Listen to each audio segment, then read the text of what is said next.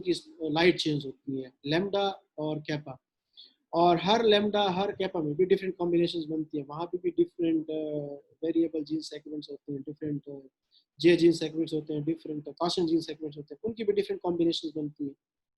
फिर ये 11,000 ये कॉम्बिनेशंस और सेवरल थाउजेंड वो कॉम्बिनेशन, उनको आपस में रेंडमली कंपेयर करें तो ये मिलियंस ऑफ डिफरेंट कॉम्बिनेशंस बन जाते हैं। तो एक ये कॉम्बिनेटोरियल डाइवर्सिटी। सेकंड जो जंक्शनल डाइवर्सिटी, अब जंक्शनल डाइवर्सिटी जो ये जंक्शन बनता है कोडिंग जॉइंट, कोडिंग जॉइंट में दो किस्म के न्यूक्लियोटाइड ऐड होते हैं जिसकी वजह से डिफरेंसेस आ जाती है। इनिशियली जब वो हेयर पिन लाइक स्ट्रक्चर बनता है, यहाँ से आप देखिए, यहाँ पे जब कट प्रोड्यूस होता है, कट के बाद फिर कट को क्लोज करने के लिए initially hair pin like structure बन जाता है।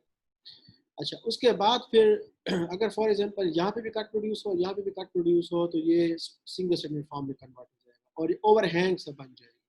ये डाइवर्सिटी जीन सेगमेंट है, ये जे जीन सेगमेंट है। दोनों में before the formation of the coding joint जब हेयर पिन लाइक स्ट्रक्चर बनता है, उसके बाद फिर एक डिफरेंट लोकेशन पे जाके कट प्रोड्यूस होता है। एक फॉर एग्जांपल यहाँ पे कट प्रोड्यूस हो रहा है और एक यहाँ पे कट प्रोड्यूस हो रहा है, तो 1 2 3 4 4 न्यूक्लियोटाइड ये, और ये 4 न्यूक्लियोटाइड का यहाँ पे गैप बन गया, और ये यहाँ पे जब कट प्रोड्यूस होगा तो ये 1 2 3 4 न्यूक्लियोटाइड ये, और फिर यहाँ पे एक गैप प्रोड्यूस होगा। तो यानी 4 न्यूक्लियोटाइड, जस्ट पिक्टोरल पिक्चर है, रिप्रेजेंटेशन है।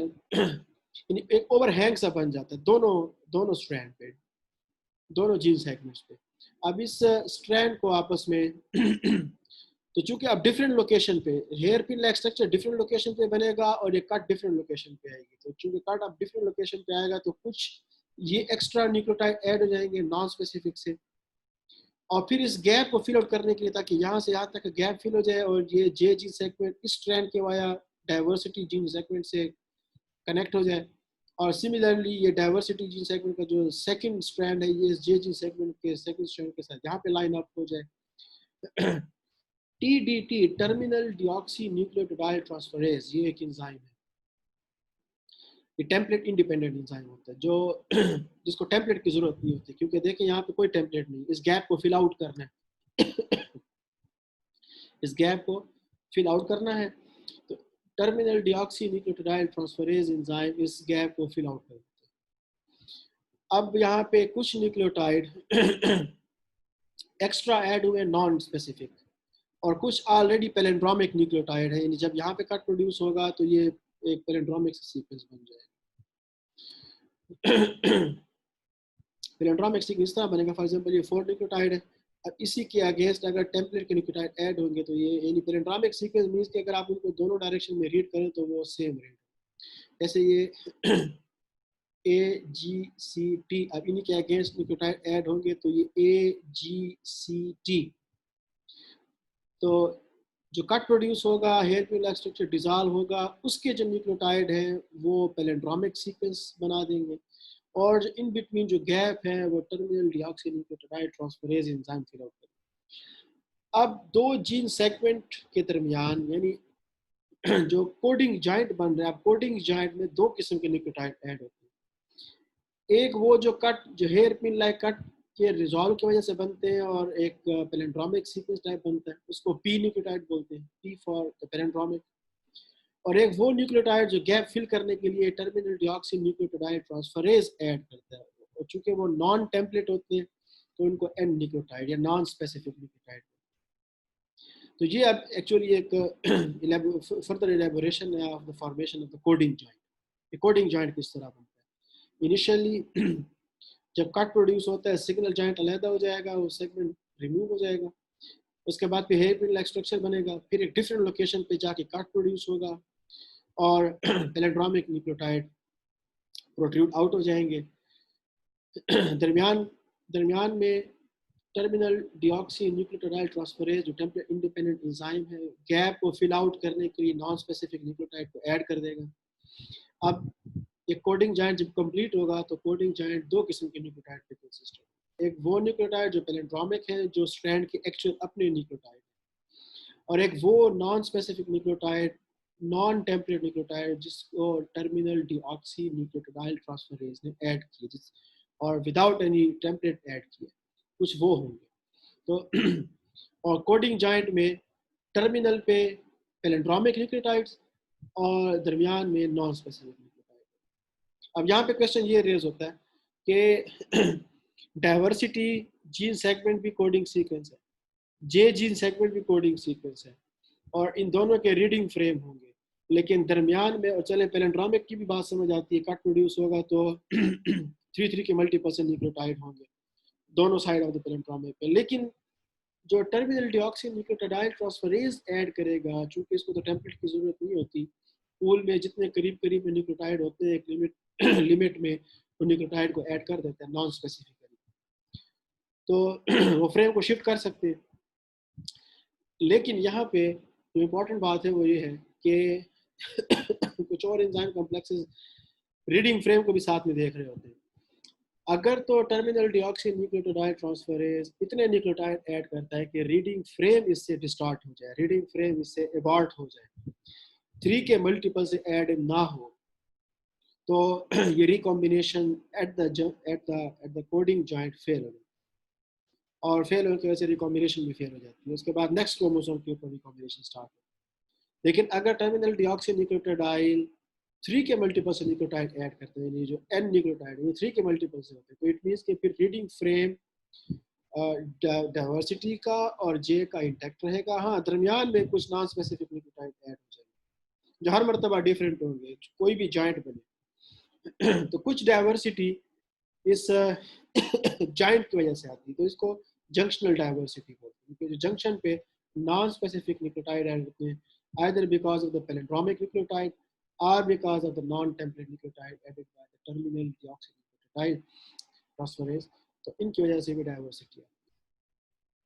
फिर इंपॉर्टेंट बात दोबारा रिपीट कर दूं कि अगर ये एडेड न्यूक्लियोटाइड 3 के मल्टीपल से नहीं होंगे, ऑब्वियसली फ्रेम शिफ्ट होगा अगर फ्रेम शिफ्ट होगा तो इट मीन्स कि ये म्यूटेशन है, और चूंकि म्यूटेशन कभी भी सेल उसको पूल के अंदर टॉलरेट नहीं करता, तो वो रिकॉम्बिनेशन फेल हो जाएगी वो सिग्नल जॉइंट, और क्रोमोसोम पूल में से आउट हो जाएगा। उसके बाद चूंकि इसमें एलीलिक एक्सक्लूजन एक्सप्रेशन होते हैं, तो उस क्रोमोसोम के ऊपर रिकॉम्बिनेशन फेल हो जाएगी, नेक्स्ट क्रोमोसोम के ऊपर रिकॉम्बिनेशन स्टार्ट होगी।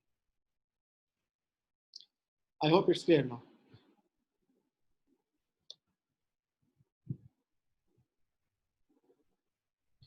और अब आते हैं last T cell receptor complexes पे। सेम पैटर्न है टी सेल रिसेप्टर की जेनेटिक्स का भी जिस तरह एंटीबॉडी का है, सेम इसमें पहले आप टी सेल के रिसेप्टर को देखिए, ये टिपिकल रिसेप्टर है। इस रिसेप्टर में 2 चेन्स होती हैं, एक अल्फा चेन और एक बीटा चेन। हर चेन ब्रॉडली स्पीकिंग 2 डोमेन्स पे कंसिस्ट होती है, extra cellular domain and sorry 3 domain पे consist, extra cellular domain, transmembrane domain and then the cytoplasmic domain.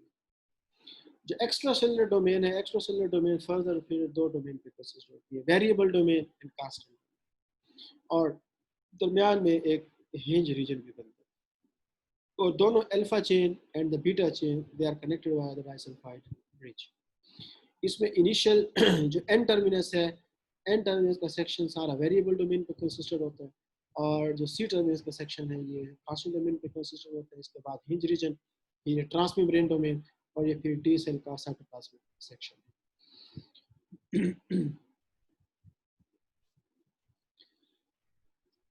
अच्छा, ये अल्फा चेन और बीटा चेन ये typical cell T cell receptors हैं। इनके अलावा कोई रिसेप्टर्स भी होते हैं, लेकिन वो उनकी जेनेटिक्स इनसे ज़रा डिफरेंट है। अच्छा, अल्फा चेन के जितने भी जीन सेगमेंट हैं सारे के सारे क्लस्टर होते हैं क्रोमोसोम 14, और बीटा चेन के जितने भी जीन सेगमेंट हैं वो क्लस्टर होते हैं क्रोमोसोम 7।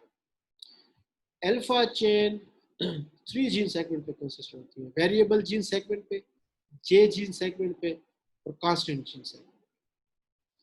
और जो बीटा चेन है, बीटा चेन 4 जीन क्लस्टर पे, 4 जीन सेगमेंट पे कंसिस्ट होती है, variable gene segment, diversity gene segment, J gene segment. Arrangement in case of alpha chain जितने भी वेरिएबल जीन सेगमेंट होते हैं सारे के सारे इकट्ठे एक ही क्लस्टर के फॉर्म में होते हैं। उसके बाद फिर और ये अराउंड 70 to 80 होते हैं।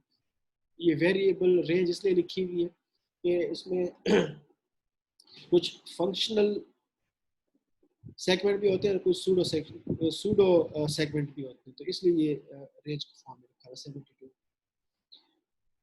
जॉइनिंग जीन सेगमेंट उसके बाद फिर जितने भी जॉइनिंग जीन सेगमेंट होते हैं फिर वो क्लस्टर के फॉर्म में होते हैं, उसके बाद और एंड पे एक single constant gene segment. Beta chain के केस में सारे के सारे वेरिएबल जीन सेगमेंट इकट्ठे क्लस्टर के फॉर्म में होते हैं, लेकिन डाइवर्सिटी जे और कांस्टेंट जीन सेगमेंट के दो चंक्स होते हैं। एक डाइवर्सिटी जीन सेगमेंट, फिर 6 जॉइनिंग जीन सेगमेंट और एक कांस्टेंट जीन सेगमेंट, फिर एक diversity gene segment, 7 J gene segment and 1 constant gene segment. यानी इस इनके अरेंज में कुछ नहीं। अल्फा जीन क्लस्टर क्रोमोसोम 14 पे और बीटा जीन क्लस्टर क्रोमोसोम 7 पे।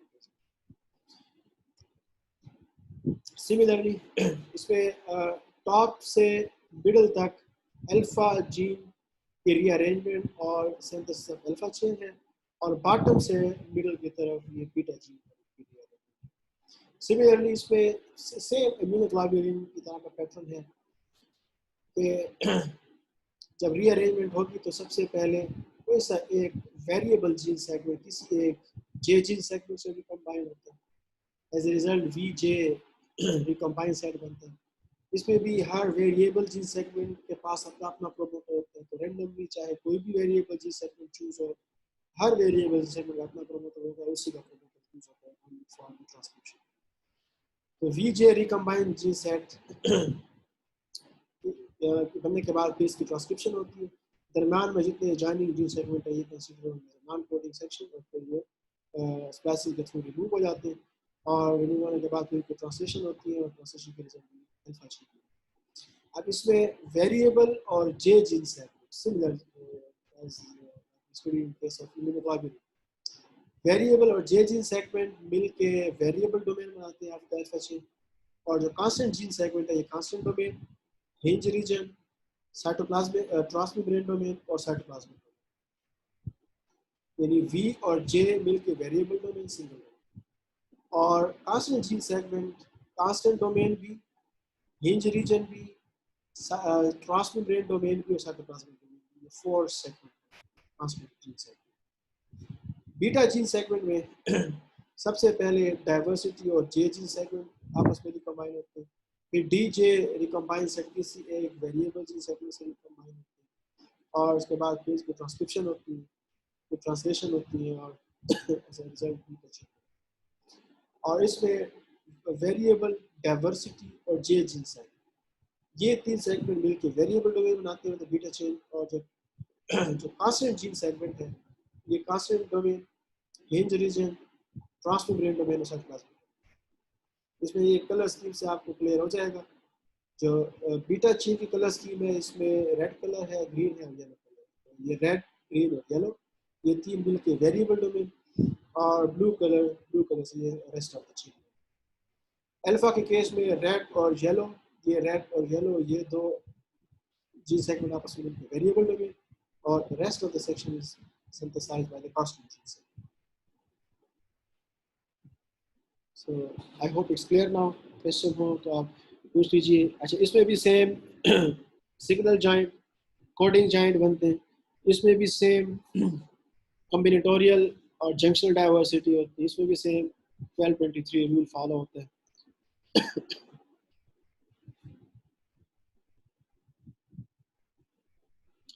क्वेश्चन है तो पूछिए, नहीं तो आप क्लासरूम पे क्वेश्चन फ्लोट कर सकते हैं, मैं वहाँ पे भी रिस्पॉन्ड